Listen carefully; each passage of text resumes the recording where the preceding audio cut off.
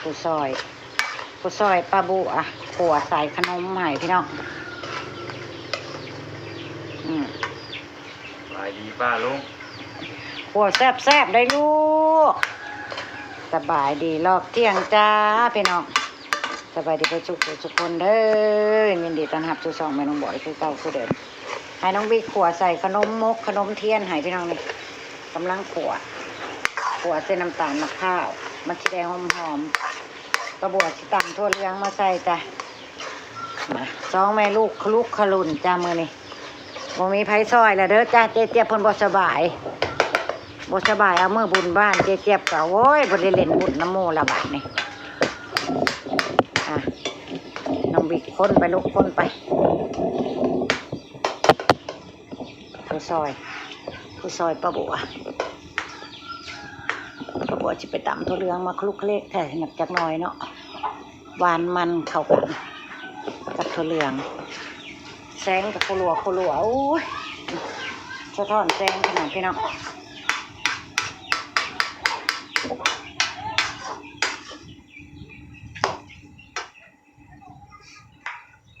จะมาเบิ่งตอนป้าบัวกับน้องบิ๊กห่อขนมเด้อพี่น้องเด้อ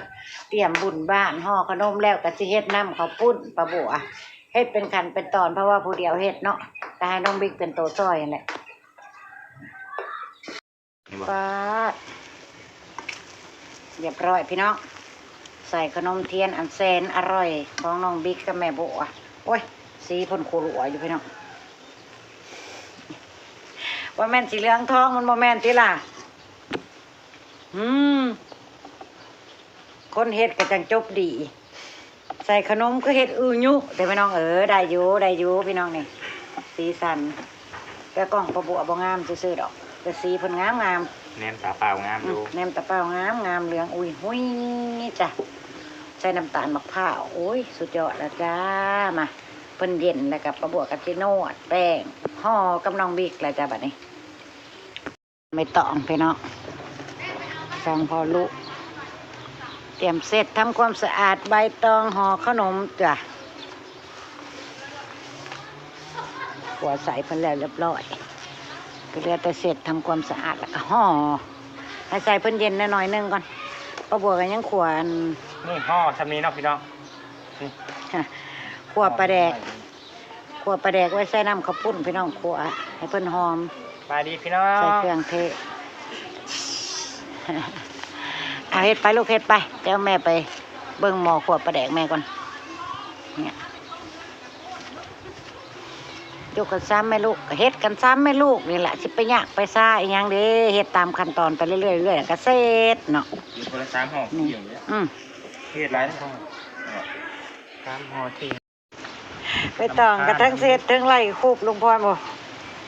ข้าวนมมกข้าวกั่มเลยพี่น้องผมประบวมไปบดมาเรียบร้อยไปจ้างเพิ่นบดมาลุงพรก็เสร็จไปต่อมาแล้วเรียบร้อยแล้วโอ้ยมืดคือลือพี่น้อง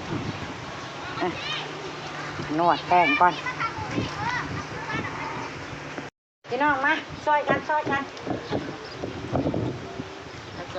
ขนมช่วยกันคนละไม้คนละมือเดี๋ยวก็เสร็จได้เรียบร้อยครับไม่น่าพอดีคนละกินยังกินนมบ่ฮะคนยากกินนมบ่เลยกินยังบ่มีเงินกินนึงต่อก็นึงคนหน้าก็ยังเป็นหนี้เจ้าอยู่คิดว่าใครคนช่วยหาคิดตัวไปเอามาเลย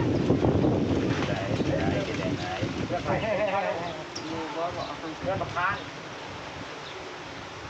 ไอ้คันนี้ไปเอารถไปเห็นรถเที่ยวไปเห็นรถไปรถประธานเอาว่าประธานเอาขายโอ้ยลอยตายว่าตายแล้ว40 บาทงานชอบโอ้ยได้เอาได้บอกเขาเองทางเด้นเลย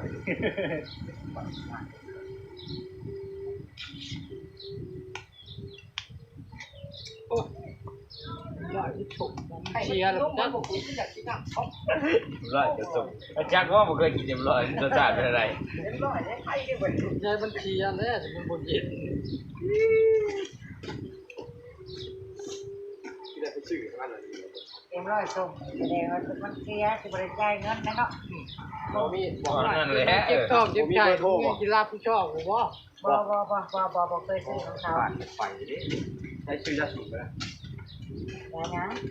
ยาเขาเลขแปดเลย บ่ มัน มี มีอะไรแบบนี้วะ จังนี้ได้อยู่ แล้วทำเป็นเด็ดอะไรอะไรเป็นเอาไปซื้อเอาเงิน เอาให้รับไปซื้ออ้าว ไปบ้านของเนี่ย เจ้าบ่เคยซื้อเขาสิหายตลาด ไอ้เราบักค้า เ ยักษ์ไปไปบ้าบักค้าบักค้าเนี่ยบักค้าเป็นเนี่ย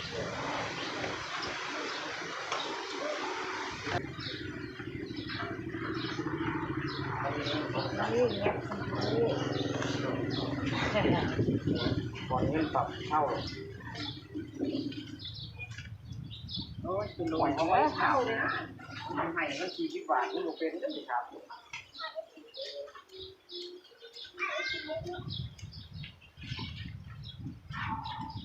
เช่าก็เป็นพวกขับรถอะไรเป็นเที่ยงเงินโอ้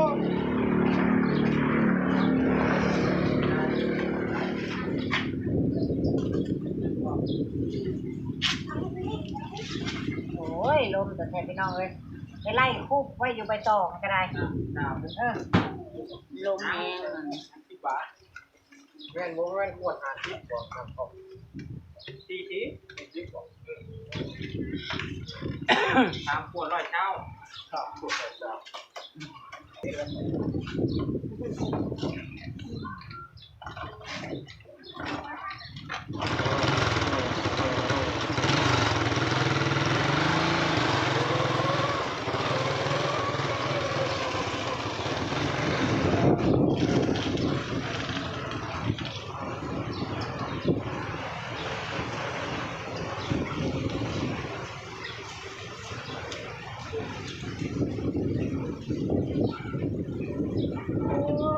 อะไรลบพัดขาผมไม่แต่อยากร้อน ห้อยนอนรถไหนนอนพี่น้องนอนโอ้ร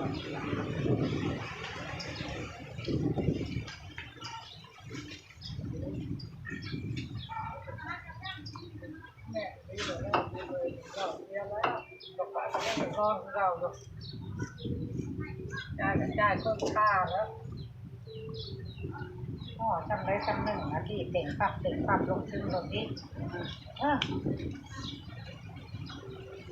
พ่อแบบว่าจำส้มไปต่อมืดแต่น้องพี่น้องเนาะเขาจะมา เห็นงามก็บ่ได้ บ่ได้แล้วไปต่อมันงานเนี่ย หายาก หมดยากแล้วไปต่อผมถักต่อยังยาก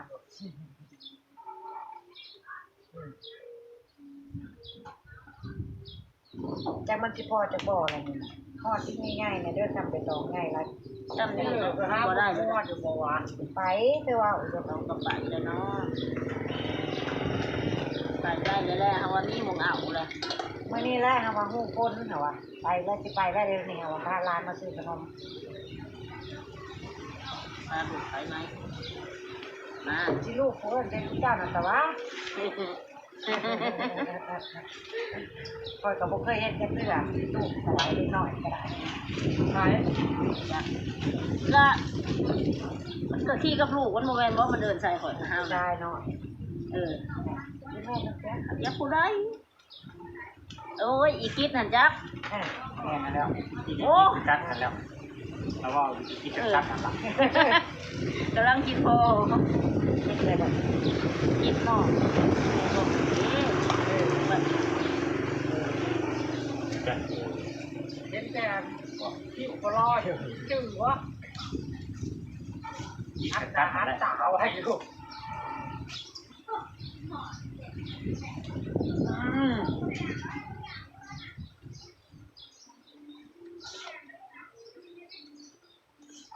มาเด้อพี่น้องมากินข้าวต้มมก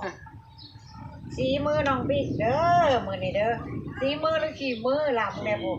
ล้อเล่นอยู่รวยอยู่พี่น้อง บางทีเรากูกินเท่ากับไปหากินของอื่น ก็อีดอกผ่านการตั้งเกาะแสงอีดอกไปหนึ่งอีก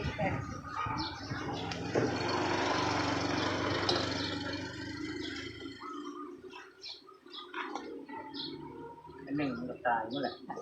ไปยั่งหรอก ตายลงอีกเลยวันนี้ยังตาเสื้อมั้ย น้องบิ๊กล้างมือหรือยังป้าลุงถาม บ่ปลา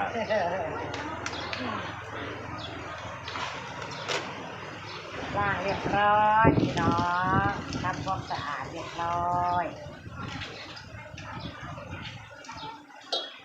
พ่ออันนี้เซ็ตกับเฮ็ดน้ำยาขนมจีนเรา เราเขาปุ้นเขาตอกคายกัน ตัวเรียบร้อยเนาะ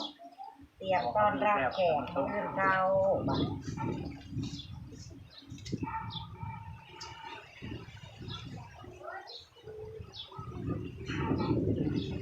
ว่างตรงนี้บอกเพิ่มก็ตัดเลยนั่นลุงอยากตำกุ้งมาเนี่ยก็มีแหละแล้วก็หิ้วมากุ้งคือกันมาคุ้งมันนั่นเบิร์ดปีนี่นะคนดีก็ได้เนาะพี่เนาะมันผู้ใดอยู่ที่ตั้งแน่กันตายเบิร์ดคนโตก็เราก็เรียก ลูกของเป็นลิ้นเขาเดือดที่โซ่อยู่ห้องเดือนหนึ่ง ผู้ใดอยู่ที่ตั้งแน่กันห่วยเรียบร้อย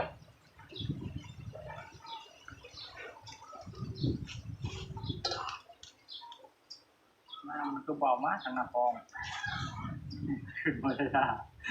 ใช่อะเลย กินคือเทนของปาร์ตี้อ่ะทำงานอยู่ บริเสธแอนนะครับพี่ ว่า มาหุ้งกินซุป อันนั้นไหน ต้อง ทำงาน แง่หูยังฮอลแลนด์ มา นะ หุ้งฮอลแลนด์มาต่ำแล้วจะมันเป็นอะไร มันเรื่องแข็ง มันเหนียว มันโบแซ่บนะหูเลยว่ามันโบแซ่บมันโบคือแบบว่าเฮากินตามหุ้งแบบเฮาเคยกินนะ มันบอกว่าซับแล้วก็เป็นน้ำนะเนาะ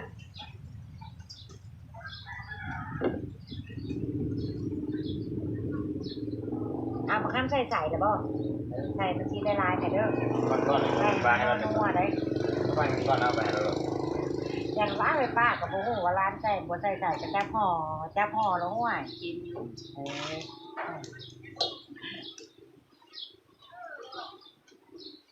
เคยเห็นแล้วไปนี่แหละ เคยว่าเห็นบ่ กูได้ง่ายมากกดติดเกี่ยวกดซองปุ่มดิจิตาลของผมจะติด เป็นหลานต้องรอ ช่วยเจ้าคนจะบ่ฮู้ โอ้โหกระเจี๊ยงโง่เขาแน่นอนเอาตามไปหมด2 นาที มี40 บาทใช่กว่า200 3เท่าเนาะ แอบบอกกันเนี่ย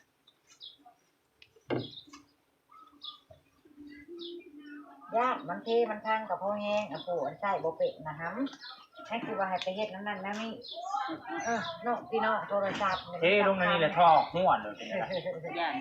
แล้วก็ตุ้งเอาเลยบ่โอ้ยโอ้ยปวดขาพี่น้องปวดขานั่งหลายกลับมาอัปเดตให้เบิ่งก่อนห้องามห้องกีฬาจำได้ กลางวันแบบ มาเด้อพี่น้องกำลังเริ่มห่อจ้าขนมมกเขากำ